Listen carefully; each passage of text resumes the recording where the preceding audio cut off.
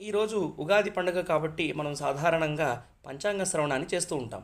అయితే ఈ పంచాంగ శ్రవణంలో ఏం చెబుతారు అంటే ఏదో కొన్ని రాసుల వారికి కొన్ని గ్రహాలు ప్రతికూలంగా ఉన్నాయి అని అంటారు.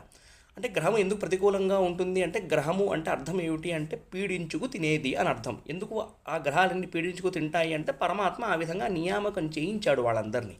కాకపోతే పరమాత్మ ఒక కండిషన్ పెట్టాడు, నన్ను ఆశ్రయించిన వారిని మీరు ఏమీ చెయ్యొద్దు అని కూడా చెప్పాడు. అందుకోసమనే మనకి వెంకటేశ్వర సుప్రభాతంలో ప్రతివాది భయంకర అన్నంగనాచార్య స్వామి వారు ఒక చక్కటి శ్లోకం చెప్తారు. ఏమిటి అని అంటే సూర్యేందు భౌమ బుధ కదికావ్యసౌరి స్వర్భాను తేతు దివిష పరిచ ప్రధాన త్వదాసదాస చరమావధి దాసదాస శ్రీ వెంకటాచలపతే తవ సుప్రభాతం. అందుకోసమే పొద్దున్నే ఏం చేస్తారు అంటే సుప్రభాత సేవలో ఈ బుధుడు గురుడు రాహు శుక్రుడు శని ఈ నవగ్రహాలన్నీ కూడా వచ్చి స్వామి ముందు నిలబడతాయి. నిలబడి స్వామి మీ దాసులకు దాసులకు దాసులమయ్యా అని అంటారు. అందుకోసమే మనందరము కూడా ఏ గ్రహం ప్రతికూలత కూడా పెద్దగా పట్టించుకోకుండా పరమాత్మని ఆశ్రయించాలి. హరే కృష్ణ.